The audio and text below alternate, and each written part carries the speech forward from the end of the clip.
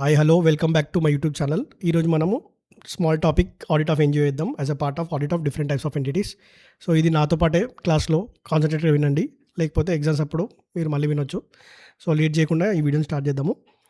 ఈ వీడియో చాలామంది మీ ఫ్రెండ్స్కి షేర్ కావాలంటే మీరు ఏం చేయాలి, అది ఆల్గరిథం యూట్యూబ్ పుష్ చేస్తుంది కాబట్టి లైక్స్ కామెంట్ చేయండి. నెక్స్ట్ ఏ టాపిక్ కావాలో కూడా చెప్పండి, అది కూడా నేను రికార్డ్ చేసి పెడతాను. సో లేట్ చేయకుండా స్టార్ట్ చేద్దాం. Audit of NGO. So NGO first of all there is no requirement for the registration of NGO. ఎన్జిఓకి రిజిస్ట్రేషన్ అవసరం లేదు. కాకపోతే if NGO is created as a trust కింద ఎన్జిఓ క్రియేట్ అయింది అనుకో, దాని కింద ఏంది, దాంతోపాటు దానికి ఎమూవబుల్ ప్రాపర్టీ ఉంది మోర్ దెన్ 100 రూపీస్. బేసిక్గా ఏంటి, ఎన్జిఓకి రిజిస్ట్రేషన్ అవసరం లేదు. కానీ ఈ ఎన్జిఓ ఎలా ఫామ్ అయింది, in the form of trust form అయింది. దాని మీద ఇమూవబుల్ ప్రాపర్టీ ఉంది, మోర్ దెన్ 100 రూపీస్ ఉందనుకో, రిజిస్ట్రేషన్ అనేది మ్యాండేటరీ. నెక్స్ట్ ఎన్జిఓ రిజిస్టర్ అనేది కంపెనీస్ యాక్ట్, ఒకవేళ కంపెనీస్ యాక్ట్ కింద ఫామ్ అయింది అనుకో, అక్కడ బుక్స్ ఆఫ్ అకౌంట్స్ ఎట్లా మెయింటైన్ చేయాలి, మనం అక్రూవల్ బేసిస్లో మెయింటైన్ చేయాలి.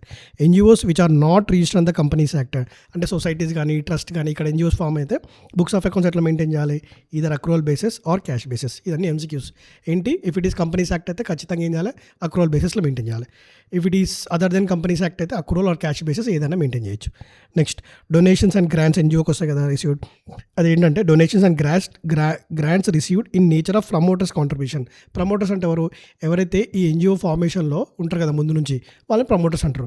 సో ప్రమోటర్స్ కాంట్రిబ్యూషన్ త్రూ వస్తున్నాయి ఏంది, in the nature of capital receipts and they are shown as liabilities.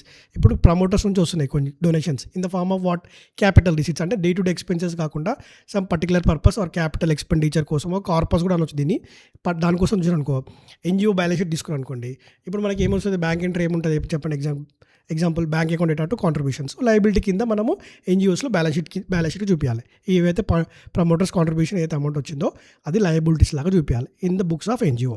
Next in the form of what, 2 different forms ఉంటాయి. ఒకటేమో కార్పస్, నెక్స్ట్ ఒకటి రివాల్వింగ్. కార్పస్ ఏంటంటే contribution made towards capital or corpus of NGO. Corpus అంటే ఒక particular purpose, ఈ example ఈ capital expenditure కోసమో, ఈ హాస్పిటల్ కట్టడం కోసమో, ఈ బిల్డింగ్ కట్టడం కోసమో, ఇలా పర్టికులర్ పర్పస్ కోసం వేస్తే దానికోసం మాత్రమే యూజ్ చేసుకోవాలి. They shall not be include in the computation of total income. So ఇది కార్పస్ కాబట్టి జనరల్ ఇన్కమ్ ట్యాక్స్లో మనకి కార్పస్ డొనేషన్ అంతా ఎగ్జామ్షన్ ఉంటుంది. కాబట్టి నువ్వు total income of the as per income tax calculate చేసినప్పుడు ఇది ఇంక్లూడ్ చేయకూడదు. Next revolving fund. In the revolving fund ఏంటంటే the objective of this fund is to rotate the amount given by the temporary loans. ఈ అమౌంట్ ఏం చేస్తాం, temporary loans కోసం ఇస్తాము టు అదర్ ఎన్జిఓస్ కానీ ఆర్ బెనిఫిషరీ టు దేర్ వాళ్ళ project కోసము. Then recover such loan as a temporary loan given. First ఏం చేసాం మనం, ఈ అమౌంట్ ఏం చేసామంటే అదర్ ఎన్జిఓకి కానీ ఆర్ బెనిఫిషరీ కానీ ఇస్తాము. వాళ్ళ దగ్గర నుంచి మళ్ళీ డబ్బులు తీసుకొని మళ్ళీ వేరే ఎన్జిఓకి వేరే వాళ్ళ కోసం ఇస్తాము. అట్లా temporary loans that could be either added. ఒకవేళ ఇప్పుడు ఏమవుతుంది, టెంపరీ లోన్స్ హవెవర్ ఇక్కడ ఇంట్రెస్ట్ వస్తుంది కదా మనకి లోన్ ఇచ్చినప్పుడు, interest earned on such temporary loan could be either added back to that fund. అంటే ఈ ఫండ్ కోసం మన ఫండ్కి యాడ్ బ్యాక్ చేయొచ్చు, లేకపోతే ఇన్కమ్ అండ్ ఎక్స్పెండిచర్లో రిసీట్ సైడ్ మనం రిసీట్ సైడ్ చూపించవచ్చు ఇన్కమ్ అండ్ ఎక్స్పెండిచర్లో, depending upon restriction laid on by the authority providing the contribution. ఎవరైతే మనకి అథారిటీ ఇచ్చిందో బేస్డ్ ఆన్ వాళ్ళ రూల్స్ అండ్ రెగ్యులేషన్స్ ఉంటాయి కదా, దాన్ని బట్టి either we can add back to that fund or ఈ ఇన్కమ్ అండ్ ఎక్స్పెండిచర్ అకౌంట్లో మనం క్రెడిట్ సైడ్ అయినా వేయచ్చు. అది revolving fund. Corpus donation corpus contribution అయిపోయింది, రివాల్వింగ్ ఫండ్ అయిపోయింది. Then will see some provisions relating to the audit. Provisions ఏంటంటే auditors of NGO ఎవరో అపాయింట్ చేస్తారు చెప్పండి. ఆడిటర్స్ ఆఫ్ ఎన్జిఓ రిజిస్టర్ అంటే సొసైటీ, ఒకవేళ సొసైటీ కింద రిజిస్టర్ అయింది అనుకో NGO, or Indian trust act కింద రిజిస్టర్ అయింది అనుకో, appointed by the management appoint చేస్తుంది. Management of that society or trust appoint చేస్తుంది. If that NGO is formed under the registration, అదే సొసైటీ రిజిస్ట్రేషన్ ఆర్ ట్రస్ట్ అయితే that management will appoint. Otherwise auditors of NGO register under section 8 అంటే companies act కింద apply అయింది అనుకో, obviously section 8 కంపెనీస్కి అయిపోతే ఖచ్చితంగా members under general meetings appointed by the members of the company appoint చేస్తారు. Then foreign contributions ఉంటాయి కదా, as per 2010 as prevent foreign contribution act ఏం చెప్పిందంటే ఫార్మేట్ ఆఫ్ ఆడిట్ రిపోర్ట్ ఇచ్చింది. దాంతోపాటు requires that they are same furnished in to the ministry of corporate అఫైర్స్కి. Foreign contribution regulation act ఏం చెప్పిందంటే ఆడిట్ రిపోర్ట్ ఫార్మాలిటీస్ ఇచ్చింది. దాంతోపాటు ఇంకేం చెప్పిందంటే మినిస్ట్రీ ఆఫ్ హోమ్ అఫైర్స్కి కొన్ని ఇన్ఫర్మేషన్ ఇవ్వాలి. పెట్టాలంటే within 60 days from the close of the financial year, that is 30th May.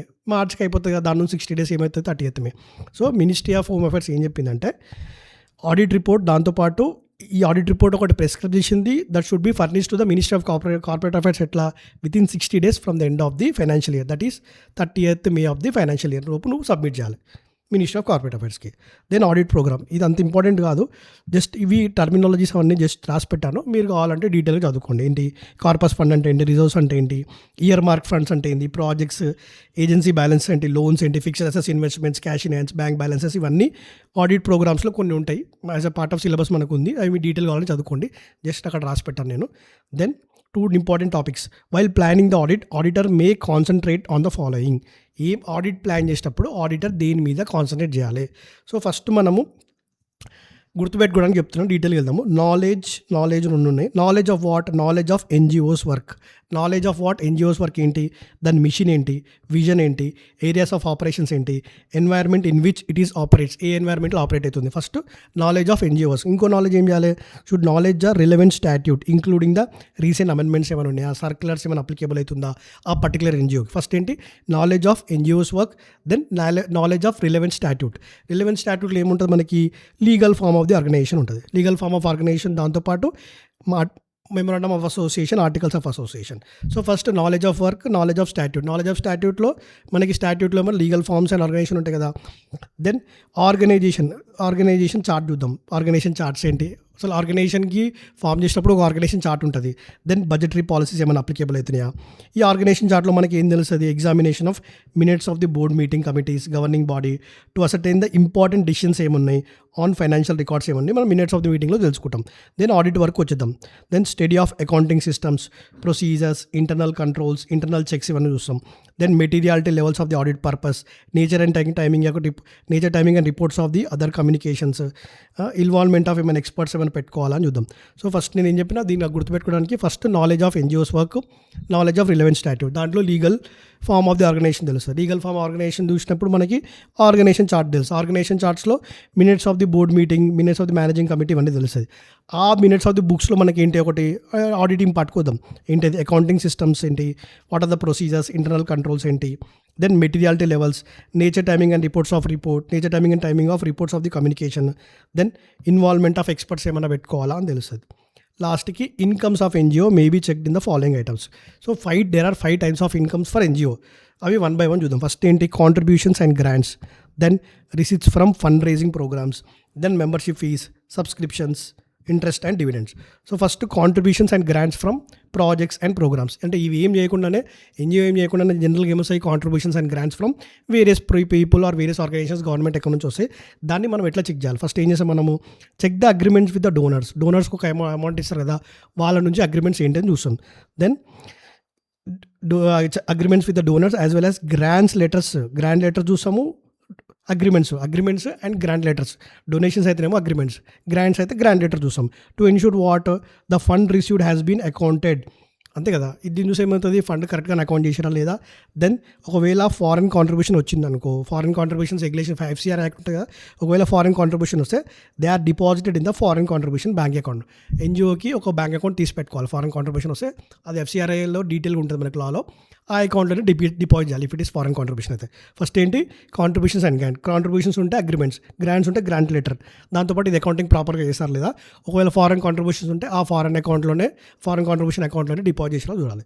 Then second, receipts from fund raising programmes కొన్ని ఎగ్జామ్ యాక్టివిటీస్, ప్రోగ్రామ్స్ ఇవన్నీ చేస్తారు కదా, మనం కన్సర్ట్స్ ఈ టైప్ ఆఫ్ చేస్తారు కదా. అప్పుడు ఏం చేయాలంటే వెరిఫై ద ఇంటర్నల్ కంట్రోల్స్ ఎట్లా ఉన్నాయి దాన్ని, internal controls and ascertain that the person who is responsible for the collection of the fund, ఎవరు who is responsible for the collection of such fund and mode of receipt అయింది, క్యాషా లేకపోతే bank అయిందని చూసుకుంటాం.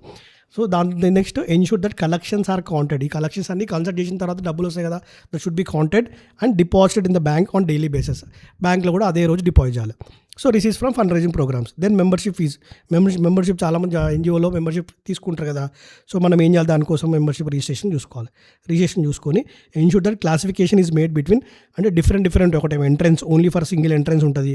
Then annual fee ఉంటుంది. Annual fee కట్టిన వాళ్ళు ఏం చేస్తారు, లైఫ్ మెంబర్షిప్ ఫీజు కట్టేస్తారు. సో ఇవన్నీ ఏం చేసి మనం మెంబర్షిప్ రిజిస్ట్రేషన్ చేస్తే క్లాసిఫికేషన్స్ ఉంటాయి. ఎంట్రన్స్ ఫీజు ఏంటి, యాన్యువల్ మెంబర్షిప్ ఏంటి, లైఫ్ సమ్ మెంబర్షిప్, ఇవన్నీ మనం క్లాసిఫికేషన్ ప్రాపర్గా అవుతుందో చూసుకోవాలి. దెన్ సబ్స్క్రిప్షన్స్, కొన్ని మ్యాగజైన్స్, బుక్స్ ఇవన్నీ ఉంటాయి కదా, దానికోసం కూడా కొంతమంది మనీ కడతారు. సో అది ఎట్లా చేయాలంటే మనము సబ్స్క్రిప్షన్ రిజిస్ట్రేషన్ చూసుకుంటే అర్థమైపోతుంది. సబ్స్క్రిప్షన్ రిజిస్టర్లో ఎవరు పేమెంట్ ఎవరైతే పే చేశారో వాళ్ళ లిస్ట్ మొత్తం తీసుకుంటాం. తీసుకున్న తర్వాత వాళ్ళకి రీకన్సైల్ చేసుకుంటాం. ఏంది ఇప్పుడు ఎవరైతే పేమెంట్ చేసారో వాళ్ళకి బుక్స్ ఇస్తాం కదా, బుక్స్, మ్యాగజైన్స్ ఏదైతే ఉంటాయి కదా, ఏది పీరియాడికల్స్ ఇవన్నీ, ఈ రెండింటికి మ్యాచ్ చేసి చూసుకుంటాం. ఆ సబ్స్క్రిప్షన్కి మనం ఇచ్చే పీరియాడికల్కి, మ్యాగజైన్కి మ్యాచ్ అవుతుందా లేదా చూసుకుంటాం, అంతే కదా. Reconcile subscription received with printing, dispatch of corresponding magazines, circulars and periodicals. Then ఈ గ్రాంట్స్, ఈ కాంట్రిబ్యూషన్ ఉంటాయి కదా, టైం బీయింగ్ బ్యాంక్లో డిపాజిట్ చేస్తాం కదా, అక్కడ మనకి ఇంట్రెస్ట్ వస్తుంది, కొన్నిసార్లు డివిడెండ్ కూడా వస్తుంది. అప్పుడు ఏం చేస్తాం మనము, check the interest and dividend received and receivables with investments ఏమైనా చేస్తే అది కూడా చెక్ చేస్తాం. So these are the incomes of NGO. So ఈ రెండు ఇంపార్టెంట్ క్వశ్చన్స్ ఏంటది, ప్లానింగ్ ద ఆడిట్ ఒకటి, నెక్స్ట్ ఇన్కమ్ ఆఫ్ ఎన్జిఓ, ఈ రెండు ఇంపార్టెంట్ క్వశ్చన్స్. ఇవి కూడా ఎంసీక్యూ పర్పస్ కోసం. సో ఇలా సింపుల్గా మీరు ఎగ్జామ్ ముందు రోజు రివిజన్ చేసి పెట్టుకోండి. నెక్స్ట్ ఏ టాపిక్ కావాలో మీరు కామెంట్ చేసి పెట్టండి, as well as share and like కూడా చేయండి, so that YouTube algorithm push చేస్తుంది. Bye, see you, thank you.